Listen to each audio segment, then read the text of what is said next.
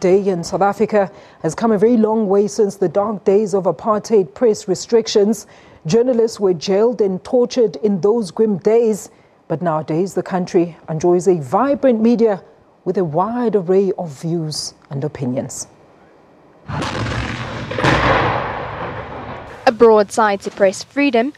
A little more than a year ago, journalist Shiraz Mohammed was kidnapped in Syria near the Turkish border. The news was at once chilling. In a country with press freedom as a constitutional cornerstone, the news hit hard. Mohammed was on a mission with the humanitarian aid organization Gift of the Givers. Its director recalls those frantic days. In September last year, people finally contacted us to say that Shiraz was being held. Up to that point, no one took responsibility. And on January 8th this year, we got proof of life in terms of 10 questions, not a video, but 10 questions that we sent to intermediaries, and all those 10 questions could only be answered by Shiraz. Subsequent to that, many people from different groups spoke to us, each one wanting a ransom, and we told them clearly there is no ransom. Africa, the media has been instrumental in bolstering democracy and has been pivotal in busting corruption.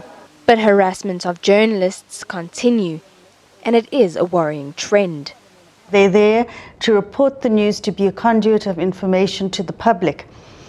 And you get at service delivery protests, including at State of the Nation addresses and outside Parliament precincts, where journalists have had their cameras grabbed and their film pulled out, and in fact beaten up, roughed up, not just by policemen, mind you, but also by political parties who are not happy about whatever their coverage was in that particular week.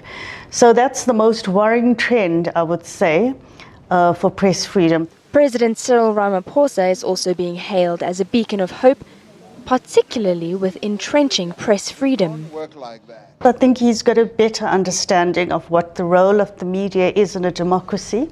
I don't get the impression that he's terribly threatened by the media. In fact, he's been friendly, he's been giving interviews, he's been doing walkabouts with journalists, answering their questions. He hasn't been in this huge cavalcade of black cars that look like it's out of a horror movie, you know, all protected. The press have access to him. As the world marks Press Freedom Day, South Africa's constitution remains far-reaching and decisive. 24 years into democracy, and even with the advent of fake news, journalists here remain in a far better position than their counterparts elsewhere in the world.